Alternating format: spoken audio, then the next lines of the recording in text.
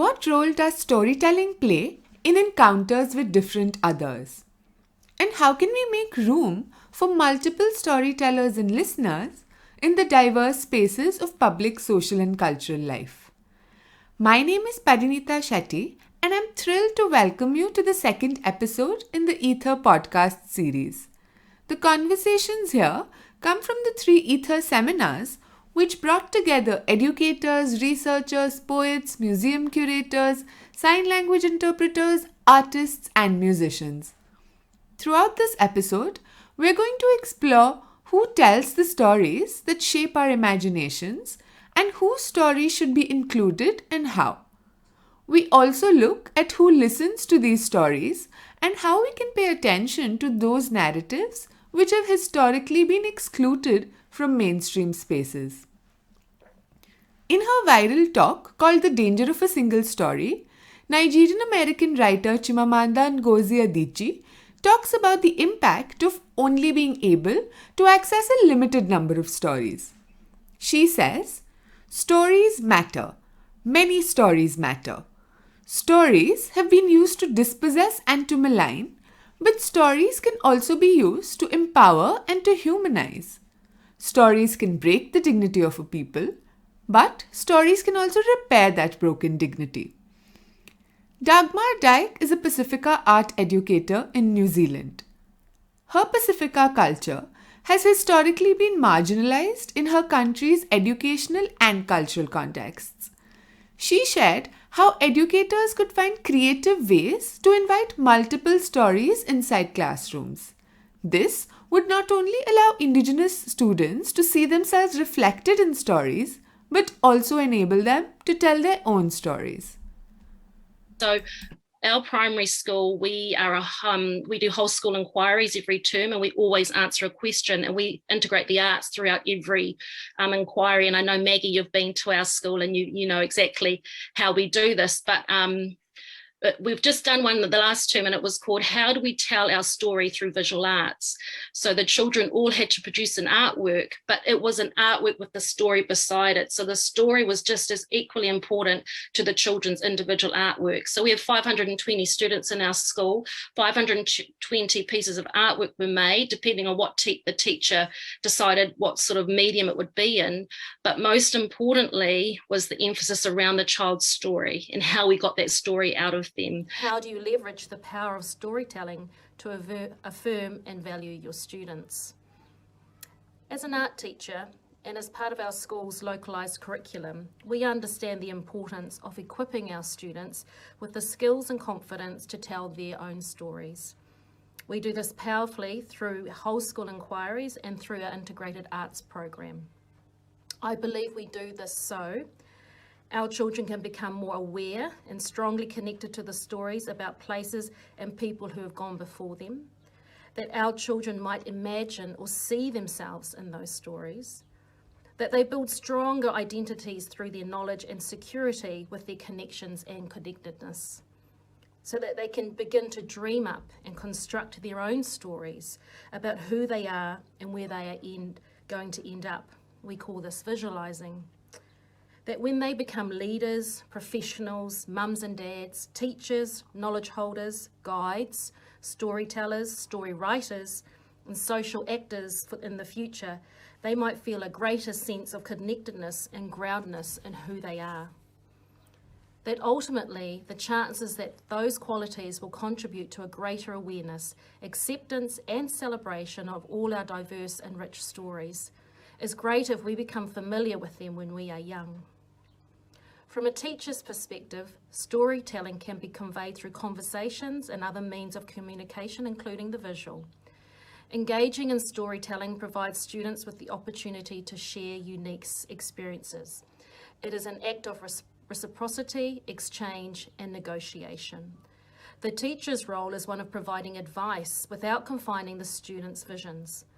The importance of supporting students' voices lies in making room for diversity and awareness. The stories that seem to matter to people ultimately are not perfect or trouble-free. They are filled with drama, failure, morality, symbolism, imperfect people, humble beginnings, loss, redemption, weakness and strength, consequences, courage, bravery and cowardice. Any quality that we can think of as part of the human experience or condition is in a story.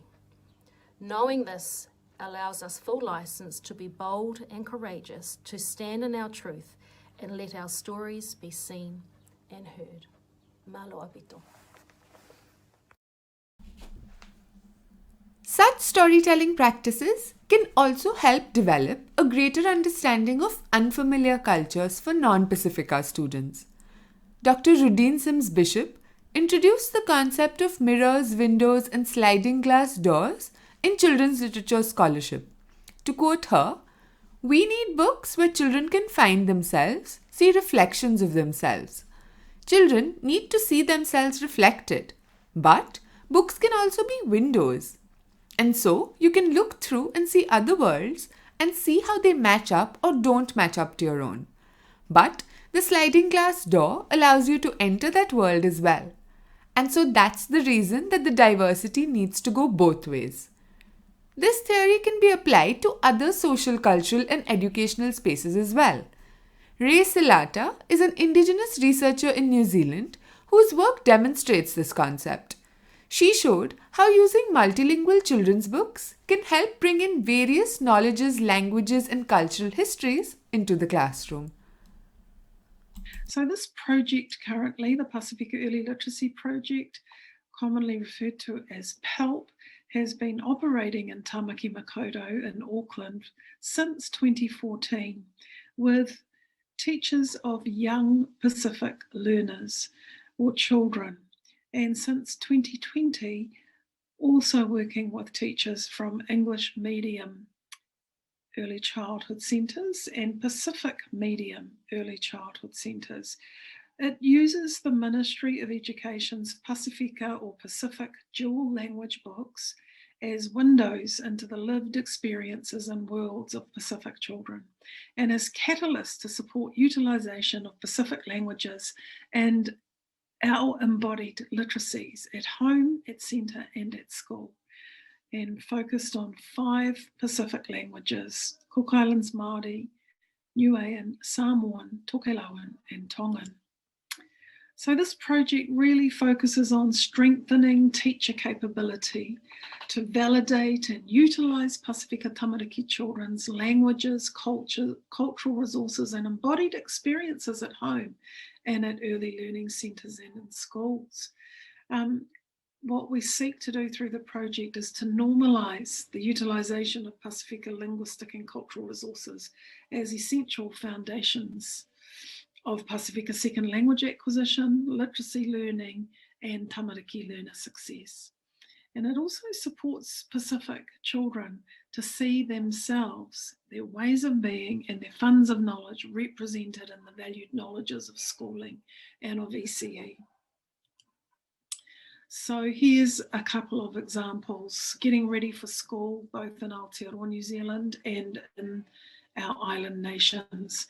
So it really supports families to see themselves and children to see themselves and their valued funds of knowledge within the schema or underpinning or underlying messages of these books, and to see their own embodied languages and literacies represented in the valued literacy of schooling. According to Ray, making space for marginalized stories, histories, and cultural resources within the classroom can help teachers from the dominant culture understand the world from an alternative viewpoint. So, the EFA question asks, how do people of conflicting worldviews, memories, and future visions encounter each other? For us in English medium education in Aotearoa, New Zealand, it's crucial to provide dominant culture teachers with opportunities to unpack their preconceived notions of the diversities of Pacific ways of knowing and being.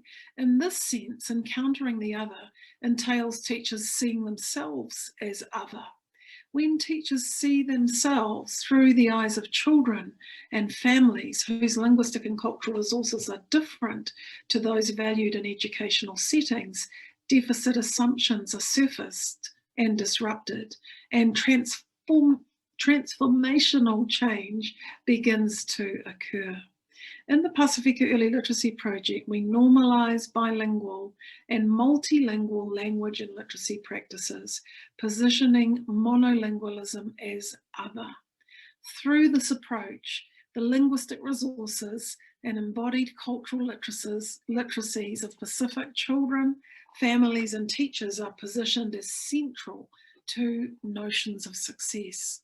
Encountering the other in multilingual, multicultural contexts entails the teacher understanding how the child and the child's family might encounter the teacher as other.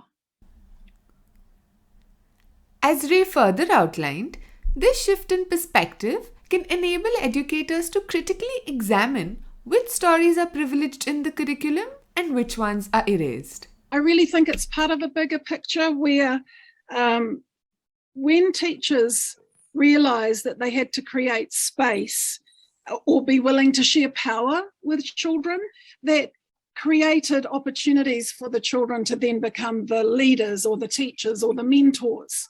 And so in creating that space, teachers then began to critically examine curriculum and ask the really important question, whose knowledge is valued at school? And so when they start to ask that question, they start to think about all of the learning areas across the curriculum and whose knowledge is valued and where can they create space for the heritage languages and cultural funds of knowledge or knowledge systems of those children and their families and communities within the valued knowledge of schooling. And so I think we're still at that stage. We're working with teachers to help them to critically examine curriculum, because the big issue is we say to teachers, what does it mean for these Māori and Pacific children to be successful at school? Does it mean they have to change who they are? Because within English medium education, of course, there are certain knowledge systems that are validated and valued traditionally. We're going through a big process here of decolonising and working towards transformational system change, but that takes time. So one of the big developments in curriculum lately this year has been the development of the Aotearoa New Zealand Histories Project, which is looking at pre and post-colonial histories and saying that all of that needs to be taught in school. So that in itself will change the way teachers think about their own selves and the way communities think about themselves within the context of schooling. So, making an active effort to center multiple perspectives enables a diversity of stories to be told and listened to. In this case, learning became a collective process. It wasn't just the students who learned from each other's experiences. Teachers were also able to question the mainstream narratives they had long taken for granted via these counter-narratives that drew on diverse lived experiences. Instead of a single story that stereotypes and essentializes, multiple complex and nuanced versions can help bridge divides among diverse cultures. An increasing number of public spaces are making efforts to include underrepresented stories. Inserting the voices of those on the margins can help challenge the erasure and misrepresentation of their experiences. However, such efforts aren't always without conflict. Adam Jaffer, curator of world cultures for Leeds Museums and Galleries, was once confronted with a comment in a visitor's book where someone wanted to know, where's the art for white people? This was in response to a museum's exhibition on African Caribbean art and culture, even though the city Adam was working in had a thriving population of this community. Even when multicultural stories are represented in museums, not everyone wants to listen to them. At the same time, public conversations about whose stories and histories are told and how can help expose people to alternative narratives. Here's Adam sharing a different experience where a collective of different migrant groups came together to decide how they wanted their histories and cultures represented in a museum. Fast forward to 2019, and a team of us at Leeds Museums and Galleries worked on an exhibition about migration entitled A City in Its Welcome, 3 Centuries of Migrating to Leeds. A cursory glance in the print media or online social media shows you migration is an area of conflicting worldviews and vastly differing opinions. We were lucky enough to work with a community advisory panel to assist with the exhibition to determine the scope, themes and object content. The panel represented some of the key migrant groups in the city and emphasised that the exhibition should show the positives and negatives of the migrant experience. The latter included experiences of racism and the inclusion of a photograph of National Front graffiti taken in Beeston in South Leeds in the 1970s as part of a migration timeline.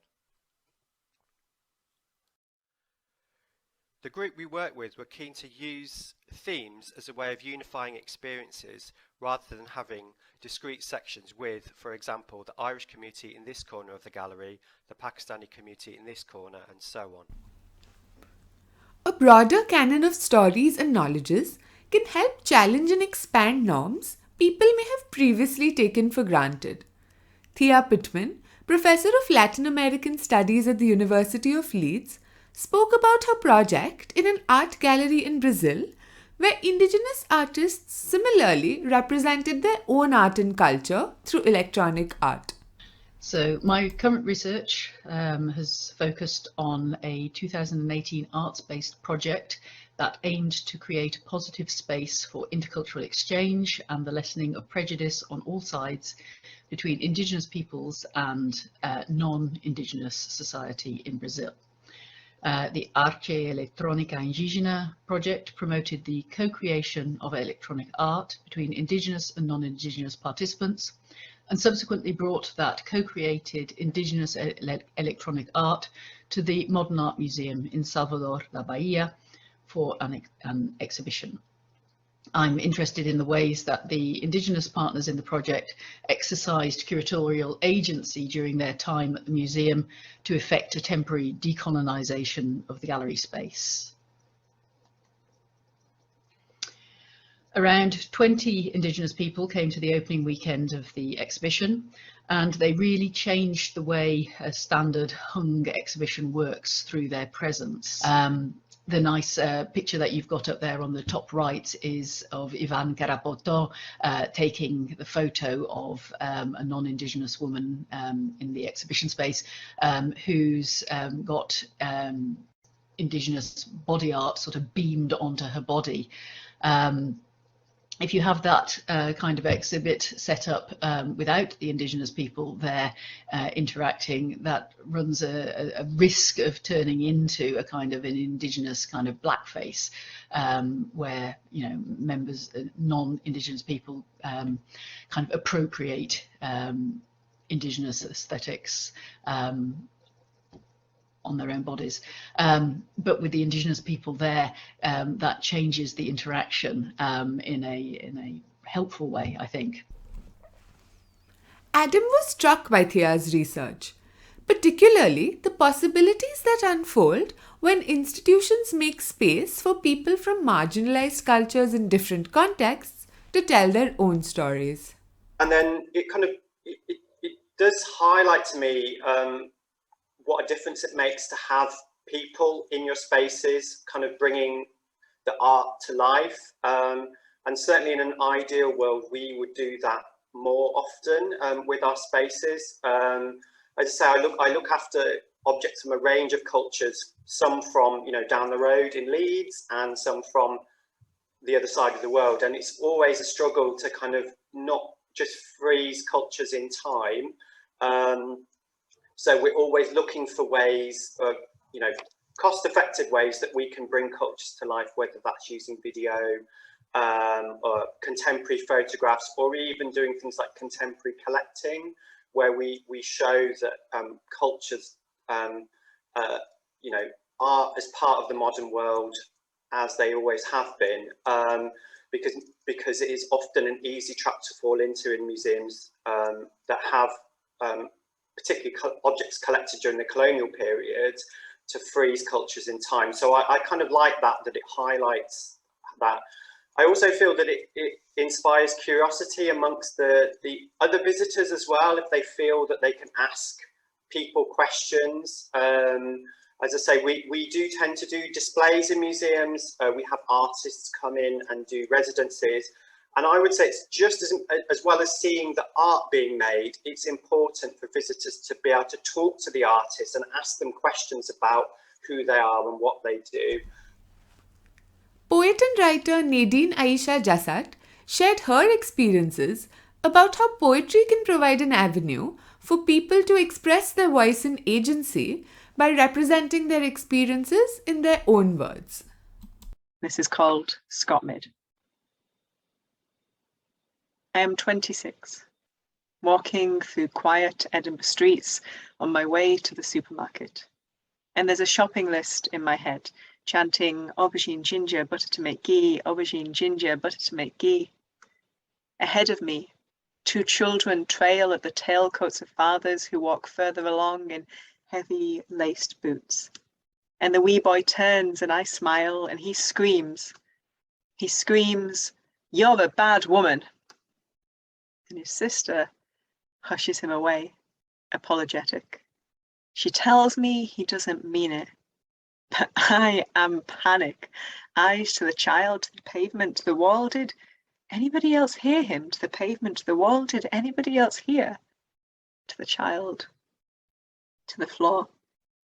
Returning home, conscious of my face in that child's mind and the television he has watched and the newspapers he has read and the words he has heard, I have a memory, briefly, of a university friend in consoling tones, telling me that I could pass for white, no matter how gentle, no matter how serene, no matter how many good works I do, or taxes I pay, or lives I save, I will always be to them a dangerous woman. And what are they to me? The diverse experiences and contexts of Ether participants helped us understand the different ways in which people resist the default scripts and single stories in order to make room for multiple voices, knowledges, languages, and cultures. Such a diversity of stories can help expand people's imaginations. As writer and educator Walida Imarisha declared, the decolonization of the imagination is the most dangerous and subversive form there is, for it is where all other forms of decolonization are born. Once the imagination is unshackled, liberation is limitless.